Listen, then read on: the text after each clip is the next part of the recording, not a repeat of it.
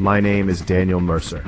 I have been flying helicopters for mountain rescue missions across the United States for over 22 years. I was born in Montana, raised near the Bitterroot Range. My father was a forest ranger. My mother was a nurse. I grew up respecting the mountains. I learned early that mountains are beautiful, but things that hide on top of a mountain are beyond what an ordinary eye can see. Before we continue, please make sure you like this video and subscribe to our channel for more scary stories like this one. If you've done that now, thank you so much, and let's dive into the story properly. I joined the Army at 19. I trained hard. I became a helicopter pilot. After my service, I moved into civilian mountain rescue operations. I have flown in Colorado, Alaska, Washington, Wyoming, and California. I have rescued climbers, hikers, hunters, and even lost children. But nothing prepared me for what happened on a cold October night in Colorado. We received a distress call from two climbers trapped near a high ridge in the San Juan Mountains. It was already dark.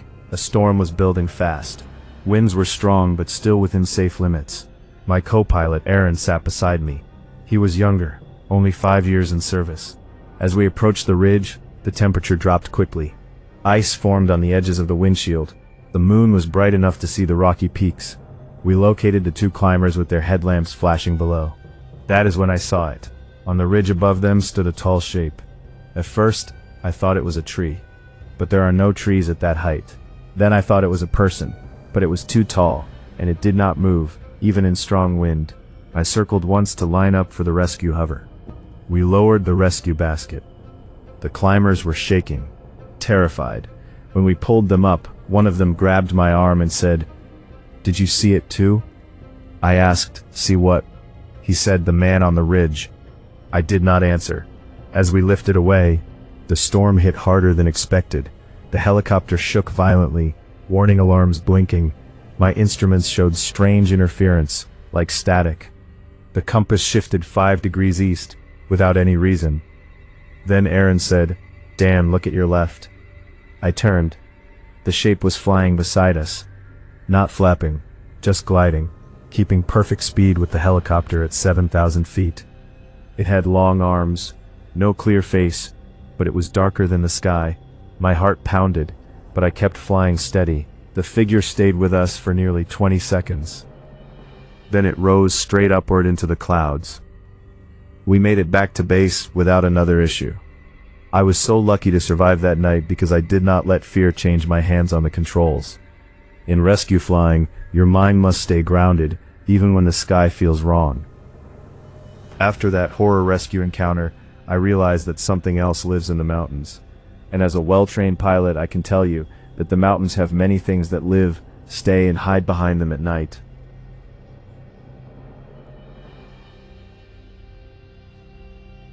I had been flying rescue missions for 13 years when this happened in Washington State near Mount Rainier. By then, I was experienced. I had over 6,000 flight hours in dangerous terrain. I believed I understood mountain weather and mountain risks, but I did not understand the fog. We received a call about a missing solo hiker. His GPS signal placed him near a narrow canyon.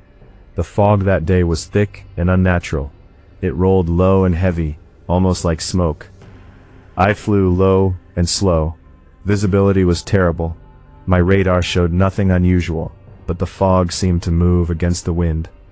Then I heard it. A voice through my headset. "Turn back." I thought it was radio interference. I checked the frequency. Silence. Again, the voice sounded clear as day. "Turn back now." It sounded like my father's voice. My father had been dead for 3 years now. I froze for half a second. That is dangerous in a helicopter. The fog thickened. My altimeter blinked. For a moment, it showed we were losing altitude fast. But visually, we were steady. Then I saw someone standing on a rock ledge through the fog. An old man, wearing my father's ranger hat. He raised his arm and pointed deeper into the canyon. I felt cold sweat run down my back. This can't be real, I said to myself, but I followed the direction he pointed. 200 yards ahead, our thermal camera picked up heat. The missing hiker was lying injured behind a rock wall, invisible from our original path.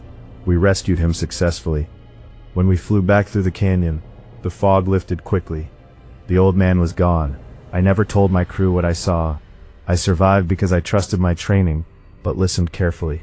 Whether that voice was memory, stress, or something else, it led us to the man. And after that encounter, I avoid that canyon.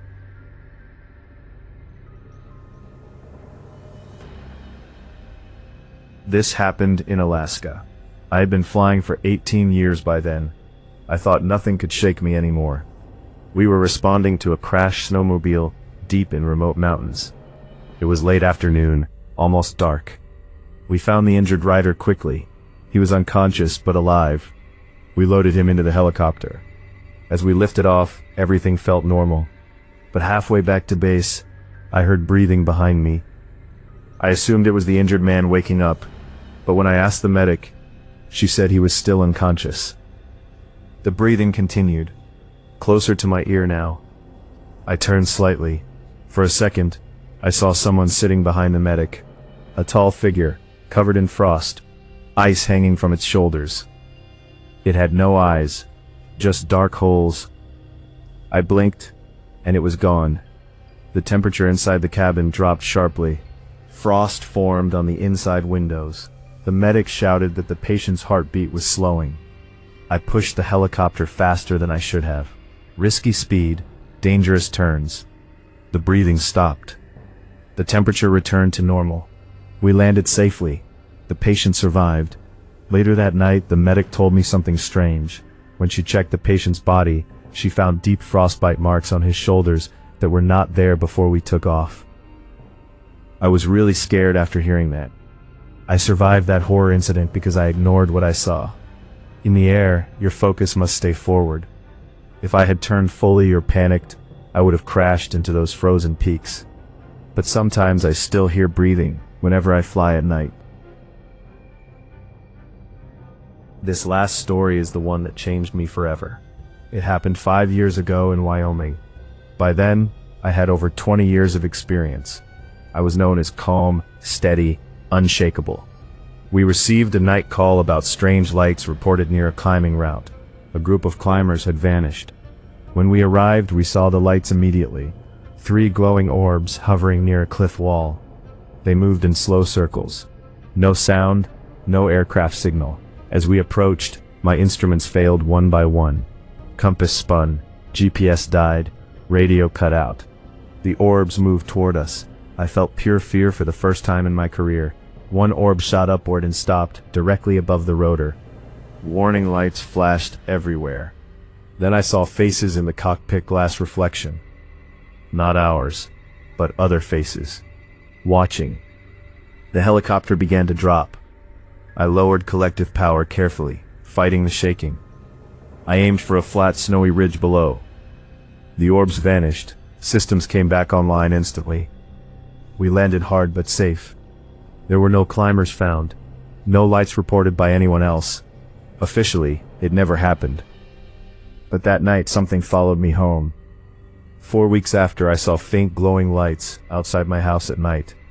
My dog would growl at empty corners. I felt watched constantly. The fear did not come from the sky anymore. It came from my home. I retired last year, and after all these years working as a pilot, I survived not because I am fearless, but because I respect fear. In the mountains, you must stay calm, even when reality feels broken. You must trust your training when your eyes lie to you. The mountains are never empty. They never have been. And sometimes, when you fly high enough, something flies beside you.